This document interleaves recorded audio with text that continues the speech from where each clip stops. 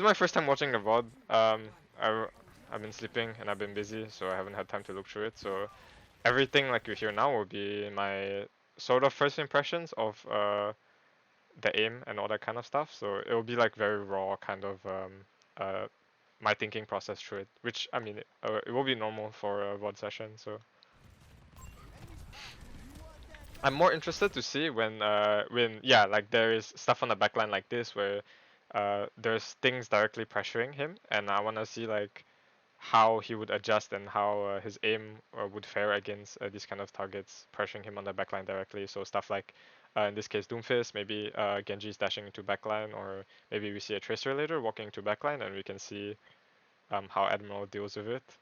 Or if they're pushing and if he goes on the flank, you know, we can look at that POV as well. Okay, so this is a good example. A few things to talk about here. So as you can see, when he goes on the Ana, I mean that was very far from clean, but he does get the pick. But so a few things to take note. This is like close range stuff, so it's close range aim. Lucio is kind of a weird hero because um, it is like a mixture of clicking and tracking, right? You want to be able to track, but you want to be able to essentially predict. So it's a really weird hero because it shoots 3 balls at once. They're delayed, and they're projectiles, so it's kind of hard to hit. So at close range, what you need to do for this is pretty much. I mean, we'll just play the VOD. Like he's predicting too much in this sense in close range. So when you play a projectile hero, your mentality needs to change depending on how far an enemy is, right? If an enemy is far away, you need to think a lot more about predicting where they will go, analyzing their movement more carefully. When an enemy is closer range, you need to play projectile more like a hit scan. You need to put essentially your crosshair on them, and depending on how fast your projectile moves, you can predict less and less. And you should act more like a hit scan player when you're playing close range projectile. That makes sense because there's less projectile travel time. Yeah. So essentially, the closer you are to the target, the more you want to track like a hit scan. The further you are, the more you can spam, the more you can lead the projectile shots and use like that movement reading to predict where they're gonna go. But the closer they are, you want to be able to track. You want to be very reactive to their movement. You want to be very fast to react to movement changes.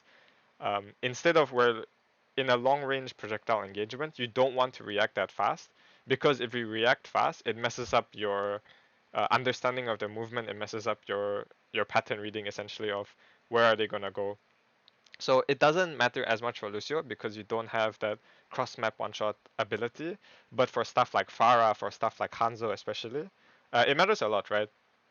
So adjusting that mentality from I'm a long range projectile and I need to account for projectile travel, and versus in a short range where I'm essentially a hit scan and I should aim like a hit scan where I'm more tracking focused, I should react a lot faster. So that's very difficult to achieve. That's why a lot of people that play a hero that is locked to that playstyle have a lot of trouble transitioning to other heroes, right?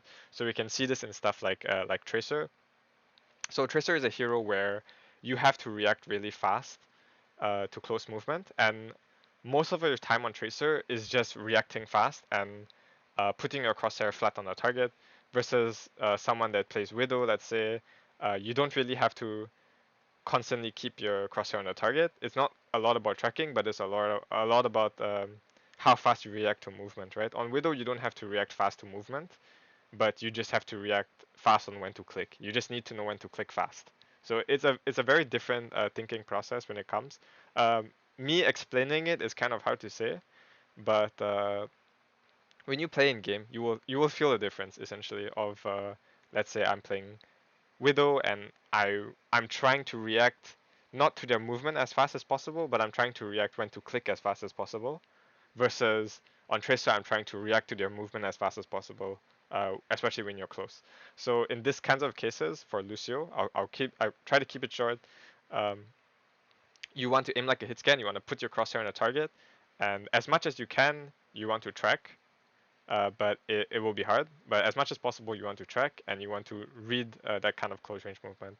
So if you see here, I mean, if you go 0.5, you can see like the movement reading kind of eats ass.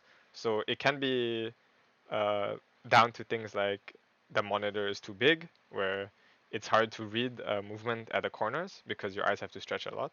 It can be due to things like, like having eye warm-ups, eye exercises before you start playing is good. You want to make sure that, especially when you just wake up and you go for scrims. I mean, they definitely had warm-up games, right? But for me, I realized, if I just wake up and I have scrims in like 10 minutes, it's really beneficial for you to stretch your eyes, to look in every direction, make sure that, your eyes have like the full range of motion and they're not limited, so that you can read these kinds of close range movement better. So in these kinds of cases, what I would do, right, is I would essentially play Lucio like a hit scan. I would, uh, I'll give you a rough drawing. Like I would just put my crosshair, where the fuck?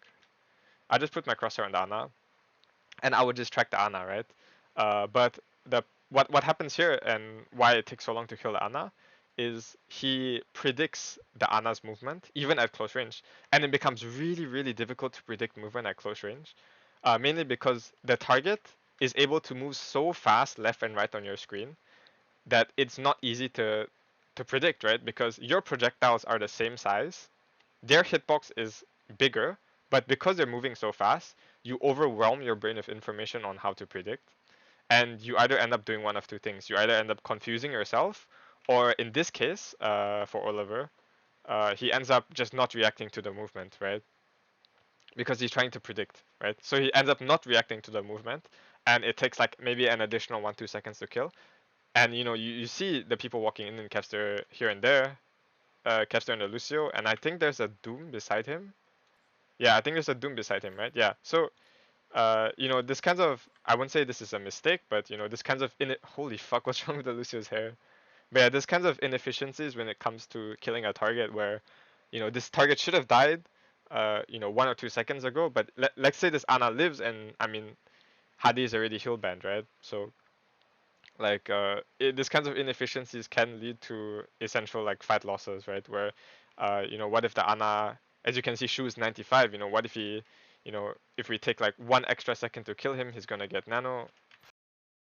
Yeah, so that's the rundown on projectile in close range. So this would apply for things like even Echo, things like, I mean, Echo would be more toward timing the click, because it is more similar to Widow, right? But for me personally, I like to track. So I would just track and just put my crosshair on the target, right? Especially for Lucio, I think it's more beneficial to track because you have this stream of delayed bullets. It would make sense for Admiral here to uh, to track the Ana at close range essentially. So he takes an extra 1 or 2 seconds because he doesn't kill him with the burst. He has to melee. And then same issue again here where he tries to predict, but because it's close range movement, and like it is more beneficial to not react to movement than to confuse yourself with movement. When you disorientate yourself, it's a lot worse than not reacting to it. Because a lot of the time, especially at high elo, if you don't react to movement, it ends up it's going to be easier to land a shot half the time, right? Because if you just have insane aim and you don't react to it, and you react when you're confident in hitting it, you're going to hit the shot, right? So it's not a bad thing that he doesn't react to it, but it can be prevented by understanding that you have to switch your focus immediately to instead of thinking about how can I predict this movement, to immediately how can I track his movement and how can I just beam him down, right? So you play in full speed. It's a really fast thing. He should have died, uh, you know, he should have died one clip ago, but now he gets nano, and thank God he doesn't nano Reiner, but it could have been like a much worse fight for them.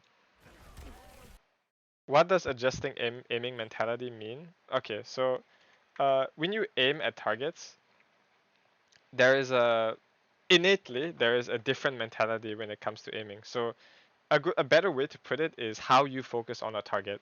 When a target is close to you, uh, when a target is close to you, where the fuck is my epic pen? All right, you know what? I'll just draw here. Let's say there's this guy here, right? When a target is close to you, you want to expand your range of focus more so that it's easier to read when he strafes left and right, it is easier to read because you don't have to focus on one exact spot on his head when he's strafing left and right so close to you, because he's really fast when he's close to you. Make sense? But when he's at long range, he appears, let's say, smaller, and he's also a lot slower. So it doesn't make sense to have such a big uh, range of focus on him, right? So if you have a range of focus that is too big for him, like you saw with Admiral just now, what ends up happening is you see this overlap, this small overlap here, you will end up moving your mouse left and right, because your range of focus is bigger than the target you are shooting, right? So when a target is far away, you want to adjust your range of focus to be smaller than the target, or whatever is comfortable, and that's how you adjust your mentality